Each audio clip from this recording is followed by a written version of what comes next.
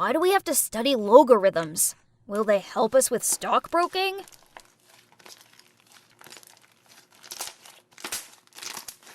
Surely not.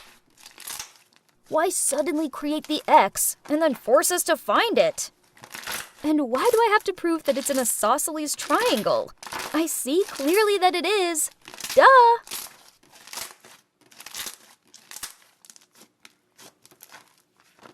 Then I received the note back saying, "What are you two talking about?" I just figured that another kid had intercepted it. So with my eyes still glued to my level 3692 of Candy Crush, I scrawled back, "Keep your nose out of my business," and then handed the paper over without looking. Ahem. But your business is taking place in my class. I slowly looked up and saw that it was my teacher. Oh, dang. Busted again. Looking over, I saw Brett with his big guilty face. Ugh, he should have been more careful. Okay, you. And you. Out. You're probably wondering how I'm such a pro at this pose. Well, it's because I've done it 1,000 times. And that serious woman over there is Mrs. Megan, my math teacher. I swear, she totally has it in for me. Okay, let me tell you the story. Once upon a time, there was a girl who, due to an unexpected accident with a trash can and an ill-placed skateboard, ended up arriving a teensy bit late for her exam. But the teacher refused to let her in, and also failed her. Grrr. Yeah, that girl was me, Lexi. Thus, from that moment forth, she became my arch enemy. So, during her boring lecture, I threw a paper plane at the board and said, "Miss, you've spelled arithmetic wrong. I suppose spelling is a bit hard for a numbers person like you. It's okay." Clearly my comment got to her, as during that same class, she picked on me to graph a function.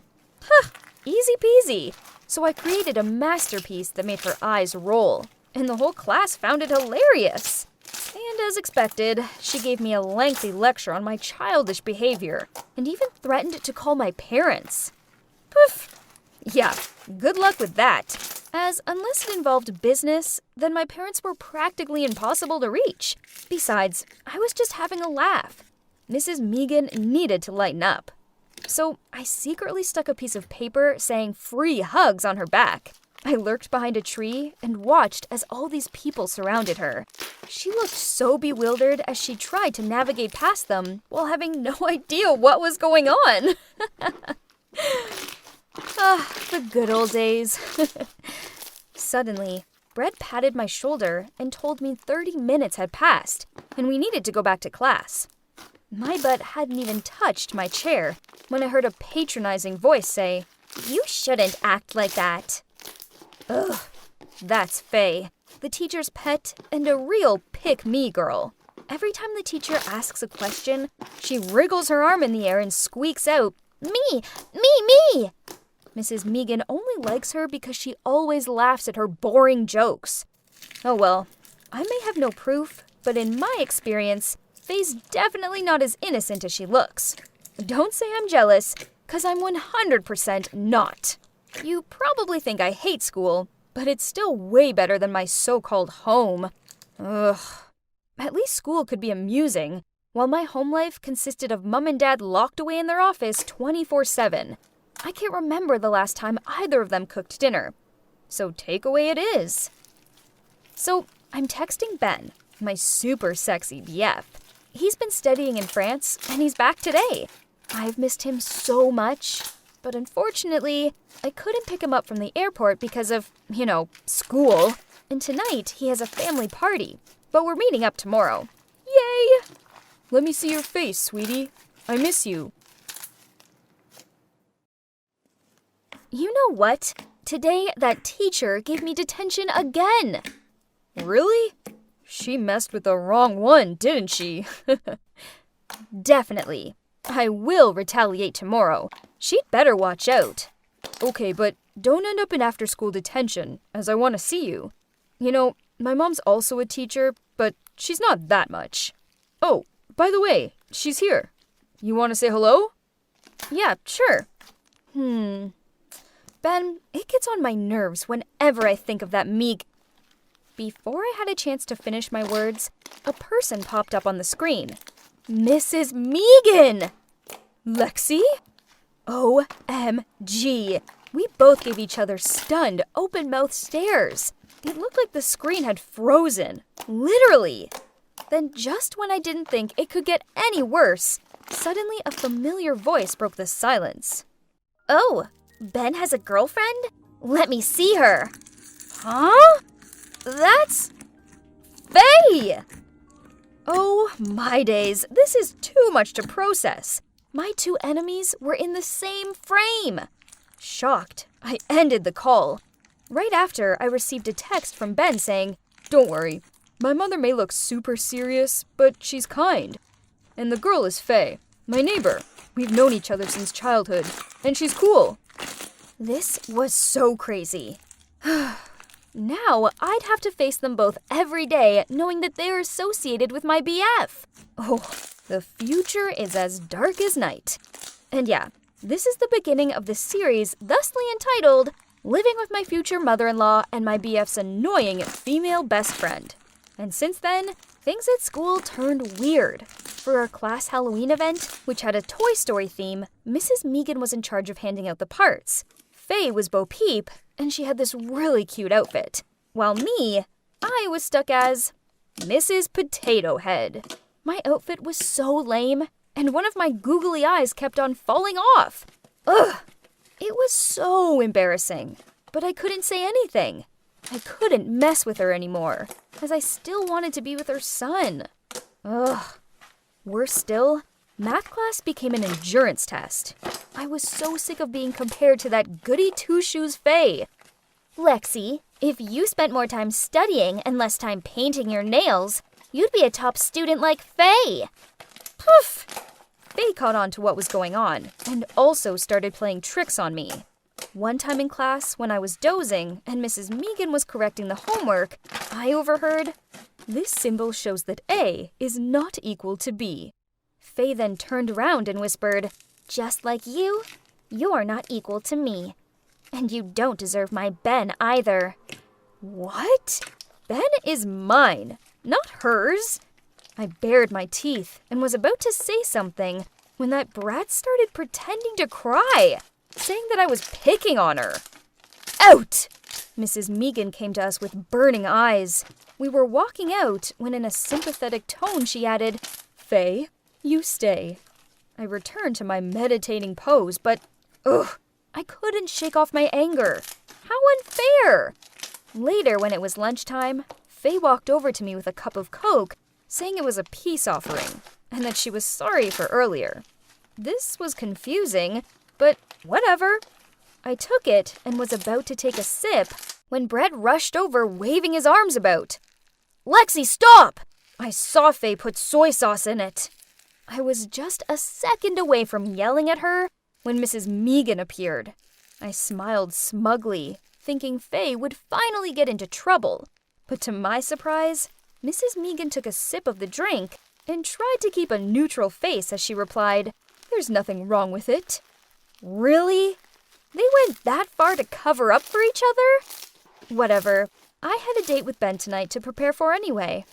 That night as planned, I arrived at Ben's house with a somewhat wilting pot plant for Mrs. Megan. I was kinda excited to finally have a cooked meal. Only, when I walked into the kitchen, I couldn't smell anything cooking. Mrs. Megan appeared and rubbing her hand said, "Lexi, you don't mind cooking, do you? It's just been a long week of drawing diagrams. My hand kinda aches." Seeing the situation, Ben immediately came to help, but she reminded him that he'd agreed to fix a pipe or something. To be honest, I'd never touched a frying pan before. But I mean, how hard could it be? I'd make pancakes, though it's not really suitable for dinner, but I'd seen them on a 5-minute crafts and they were clearly a breeze to make. Only, it didn't go to plan. In situations like this, it's important not to panic. But, yeah, I panicked. I needed a plan B. Quick! In a rush, I threw away all the evidence of the failed pancakes and ordered food online. After all, Thanks to my workaholic parents, this was my forte. I instructed the delivery person to come to the back door, so Ben and Mrs. Megan would be none the wiser. Expectedly, at the very first bite, Ben and my mother-in-law praised me profusely for my food, and Ben even joked that I should join the next season of Master Chef. Yo, I will rate this restaurant 5 stars for sure. Mrs. Megan suddenly dropped her spoon, so I quickly bent down to pick it up, only she leaned down and whispered sarcastically, "I order from Sydney's too. Their sauces are divine." Oh, busted! Then, halfway through the night, this man showed up and apologized for being late. Turns out he was Jim, Faye's father, but Faye wasn't coming over as she was out with friends. Happy days! I watched Mrs. Megan and him touch a tissue box at the same time by mistake, and then blushed? Huh? Oh, I get it. She liked him. Now it made sense why she was always sucking up to Faye. Have you thought about remarrying? I asked Jim innocently. To the waiting eyes of me, as well as Mrs. Megan, he hesitantly answered, I don't think Faye would like that. Mrs. Megan glumly stared down at the floor. Okay, so I actually felt kinda sorry for her. Besides, matchmaking has always been my hobby, so I decided to help her. I knew that Faye was at a party on Saturday night, so I decided this was the perfect opportunity to play Cupid. I told Mrs. Megan that Jim had something to tell her, so meet him at the Golden Reef restaurant at 7 p.m. Then I told Jim the same. I stood behind a column and watched them share their starter, and then give each other gooey-eyed glances. Then Jim reached out and took Mrs. Megan's hand. They were looking at each other passionately when Faye suddenly rushed in from nowhere and angrily slammed her bag on the table. So this is it? My teacher and my dad? For real? Faye, why are you here? Jim stuttered. No one can ever replace Mom! Then she turned to a dumbfounded-looking Mrs. Megan. Turns out you were only being nice to me to get my dad. You're fake. Stay away from us. Mrs. Megan covered her face with her hands, then quickly left. Jeez, Faye was brutal. And however annoying Mrs. Megan was, she didn't deserve that. You! Faye shouted. Uh-oh, her gaze fixed on me. It figures you'd be behind this. Keep your big nose out of our family business and start caring about yours instead. Guess this is what lack of parental care does to a kid. I stared at her speechless. Those words should have driven me mad, but for some reason, I only felt sad and so guilty. I really just meant well. So, first thing at school the next day, I swallowed my pride and went to Mrs. Megan's classroom, where she looked lost in thought as she marked homework. I coughed to clear my throat, then said, Miss, I'm sorry. I honestly was trying to help, but now I realize I should have minded my own business. I'm also sorry for being a jerk in your class. She was silent at first, then replied, It's okay, as I've come to realize that you and I aren't so different. We both have complications in the way of finding love. Guess it's really not easy to get approval from your parents' family, huh? She smiled and gently stroked my hair before continuing. You're such a smart and kind girl, and I always knew you could do better in class, that I must have been too harsh on you. I'm sorry, too. I smiled back at her, and at that moment, I felt like all of our previous conflicts melted away. And I realized that I shouldn't neglect my studies. Instead, I should work hard to become the best version of myself. So, with a lot of hard work, I went from trailing at the bottom of the class to reaching the top spot, even overtaking Faye. Ha! Speaking of Faye, she was still ignoring both me and Mrs. Megan, and never put her hand up in class anymore. But then a rainbow flame experience in the chem lab changed things. Everyone ran out of there when the curtain caught on fire, except for a terrified Faye.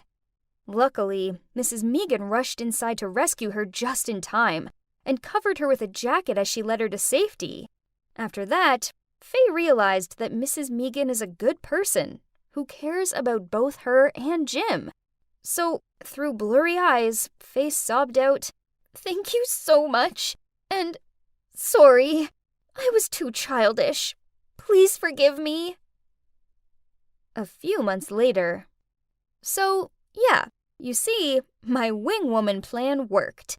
And now I have a second family, a really big one. But you know what's the best thing? That is, I no longer have to order food online anymore, 'cause I will stick to here, and my mother-in-law will cook for me.